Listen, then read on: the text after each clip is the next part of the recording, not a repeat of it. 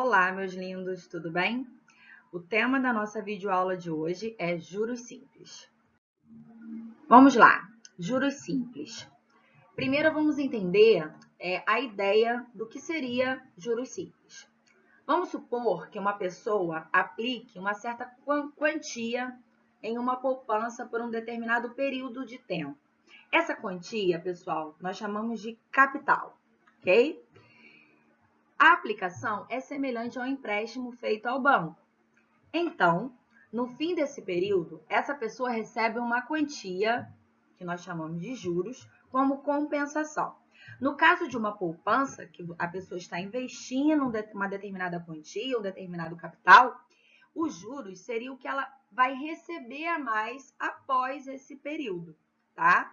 E no caso de um empréstimo, é o que ela vai pagar a mais para o banco, ok? Bom, o valor dessa quantia é estabelecido por uma porcentagem, e essa porcentagem nós chamamos de taxa de juros. Ao final da aplicação, a pessoa terá em sua conta a quantia correspondente ao capital, representamos aí pela letra C, mais os juros. Então, vamos pensar aqui, pessoal. Se eu estou aplicando uma determinada quantia numa poupança, um determinado capital, né, e ele vai render para mim uma determinada quantia, que eu chamo de juros, qual é o valor final que eu vou ter lá na minha poupança guardado após um determinado período T? Bom, primeiro, esse valor final nós chamamos de montante, ok? Representamos aí pela letra M. E esse valor final, esse montante, nós obtemos, né, pegando o capital, que foi o valor inicial, o valor que foi investido, mais os juros, que foi o que rendeu na minha poupança, ok? Aí nós temos uma formulazinha de juros simples. Juros é igual a capital vezes a taxa, tá? Na forma decimal dela, ok? Na representação decimal da porcentagem. E o tempo.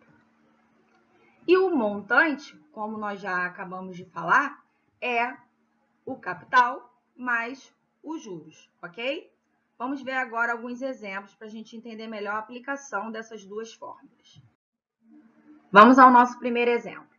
Um capital de R$12.000 foi aplicado durante 3 meses a taxa de 5% ao trimestre. Vamos calcular os juros e o montante recebido após esses 3 meses. Primeiro, vamos destacar aí os dados importantes desse enunciado. Nós temos o capital, que foi o valor aplicado, aquele valor inicial, tá? Que foi R$12.000. Nós temos a taxa, que foi 5% ao trimestre. E nós temos o tempo, né? Que ele deu, que foi 3 meses. Só que, muita atenção nisso aqui, pessoal. Eu tenho uma taxa ao trimestre. Então, eu tenho que representar o meu tempo em trimestre. Então, 3 meses equivale a um trimestre, ok? Então, você não vai colocar lá no tempo, na nossa fórmula, 3. É um erro também muito comum, beleza?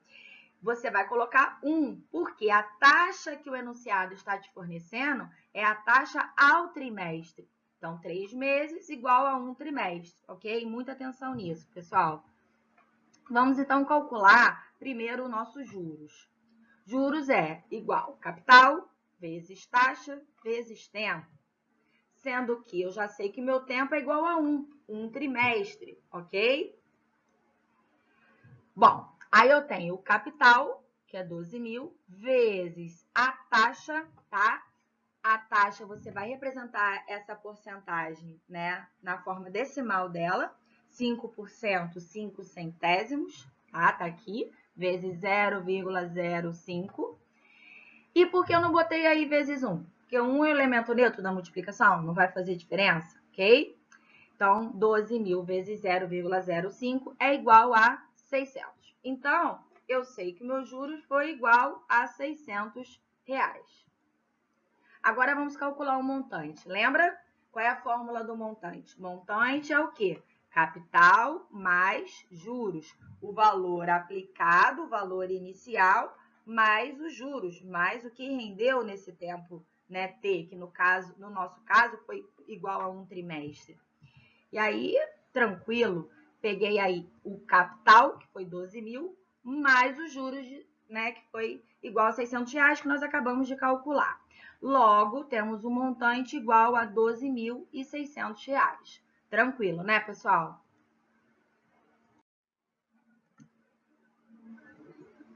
Segundo exemplo.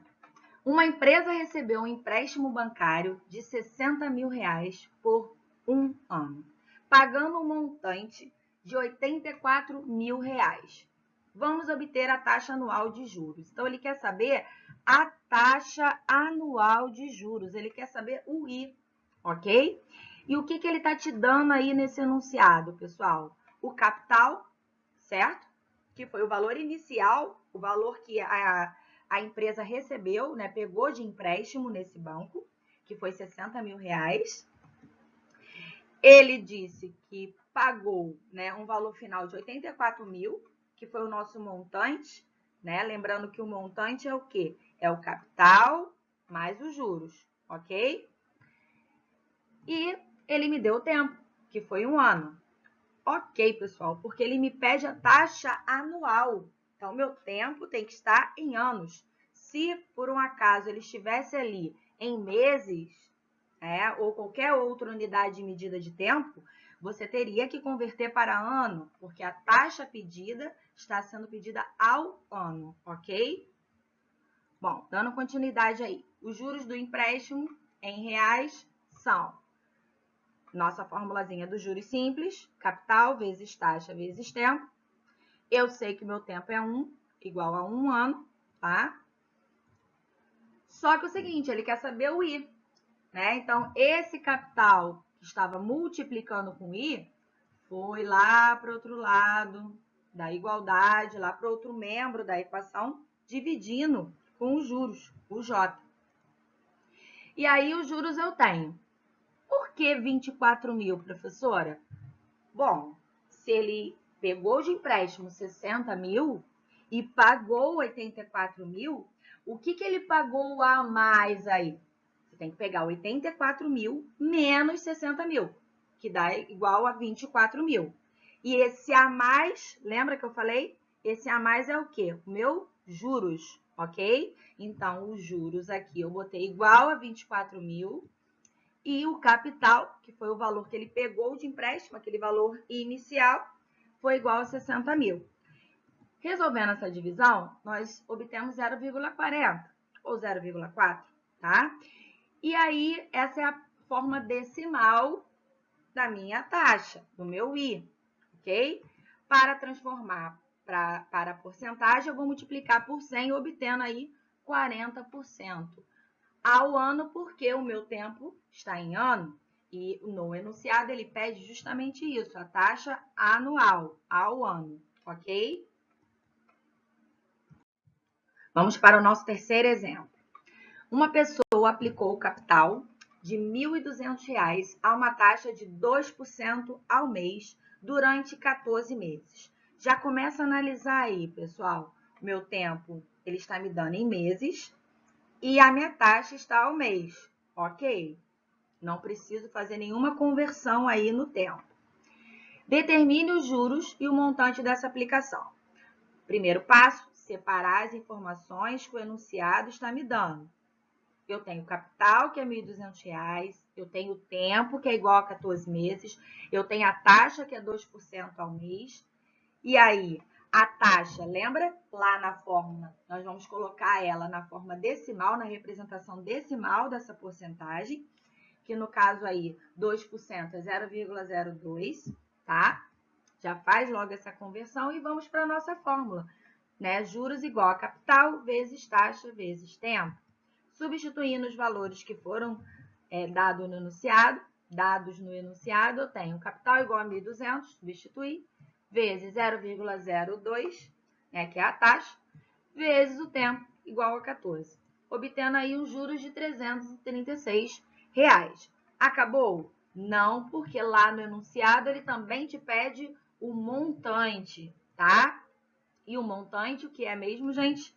É o capital mais os juros, beleza? E o meu capital, né, o valor inicial, o valor que foi aplicado por essa pessoa, foi R$ 1.200, tá? Mais os juros que nós acabamos de calcular, que é igual a R$ 336, obtendo aí um montante, um valor final de R$ 1.536.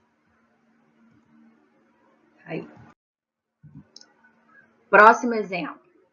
Uma pessoa empresta R$ 3.000 a uma taxa de juros simples de 3% ao mês, num período de 5 meses. Ok, pessoal? O tempo tá aí, 5 meses e minha taxa ao mês. Vamos lá. Quanto receberá ao final desse período? Vamos pensar aqui comigo. Ele quer saber quanto ele vai receber no final desse período. Então, ele está te perguntando o valor final, o montante. Então, para calcular o montante, eu tenho o capital, que é 3.000, que foi o valor inicial, o valor que ele pegou de empréstimo. E eu preciso de quem, meu povo? Preciso dos juros, né? E aí nós precisamos aplicar a nossa formulazinha, tá bom? Tem o capital aí de 3.000, tá? Separando bonitinho o que o enunciado nos traz. Eu tenho a taxa 3%, representação decimal dessa porcentagem 0,03, e o tempo 5 meses. Jogando aí na nossa fórmula, substituindo, nós temos o capital, que é igual a 3.000, tá? Vezes a taxa, 0,03, vezes o tempo, que é igual a 5. Resolvendo aí esse produto, essa multiplicação, nós temos um juros igual a R$ 450. É a resposta final? Não, ele me pede um montante. Montante é capital mais juros. Logo, o montante será 3.000 mais 450, que é igual a R$ 3.450, que é quanto essa pessoa vai, né, receber ao final desse período. Vamos agora para um caiu no Enem. Vamos ver um problema aí envolvendo juros que caiu no Enem de 2015. Um casal realiza um financiamento imobiliário de R$ 180 mil, a ser pago em 360 prestações mensais, com taxa de juros efetiva de 1% ao mês. A primeira prestação é paga um mês após a liberação dos recursos, e o valor da prestação mensal é de R$ 500, mais juros, né, de 1% sobre o saldo devedor. Vamos destacar aí que é uma informação importante. Bom, o que é o saldo devedor? Vai ser 1% em cima do valor devido antes do pagamento daquela prestação. Observe que, a cada pagamento, o saldo devedor se reduz em R$ 500 e considere que não há prestação em atraso. O que o problema está te pedindo? Efetuando o pagamento dessa forma, o valor em reais a ser pago ao banco na 10ª prestação é de. Então, ele está te pedindo quanto, né, que esse casal vai pagar na 10ª prestação desse financiamento. Então, vamos analisar prestação a prestação. Primeira prestação, R$ 500, ok? Lembra? R$ 500 mais juros de 1% sobre o saldo devedor. Então, mais 1% de 180 mil. É a primeira parcela, pessoal. Então, ele não pagou nada, então não vou abater nada do meu saldo devedor. É o valor total de 180 mil. Segunda parcela, os R$ 500 mais 1% do saldo devedor. Lembra aqui no enunciado? R$ 500 mais 1% sobre o saldo devedor. E a cada prestação que eu vou pagar, eu vou diminuir R$ 500 desse saldo devedor, ok? Logo, agora meu saldo devedor é R$ 179.500.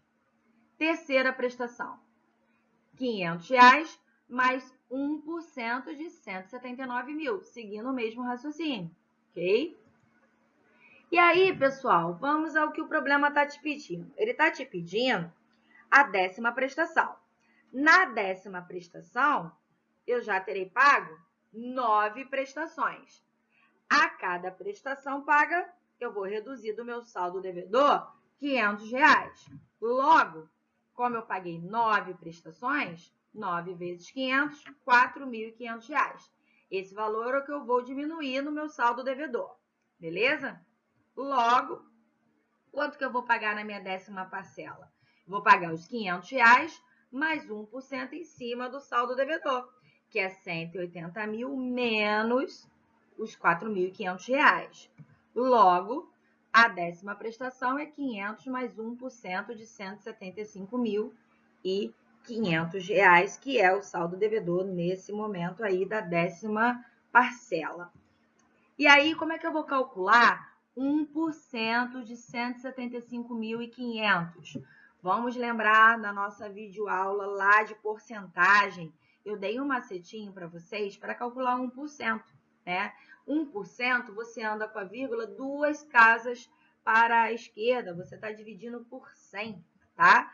175.500 é um valor inteiro, a vírgula está aqui, beleza? Andando 2 casas aí para a esquerda, eu obtenho aí R$1.755. Acabou a questão? Não.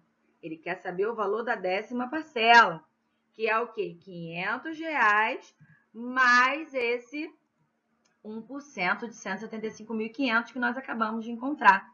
Logo, o valor da 10ª prestação é igual a R$2.255, letra D. Ok? Tranquilo? Vamos para mais uma questão que caiu no Enem. Um jovem investidor precisa escolher qual investimento lhe trará maior retorno financeiro em uma aplicação de R$500. Para isso, pesquise o rendimento e o imposto a ser pago em 2 investimentos, a poupança, né, e o CDB, que é o Certificado de Depósito Bancário. As informações obtidas estão resumidas no quadro. Poupança. A poupança, ele tem um rendimento mensal de 0,560%, 0,56%. E ele está isento de pagar qualquer imposto.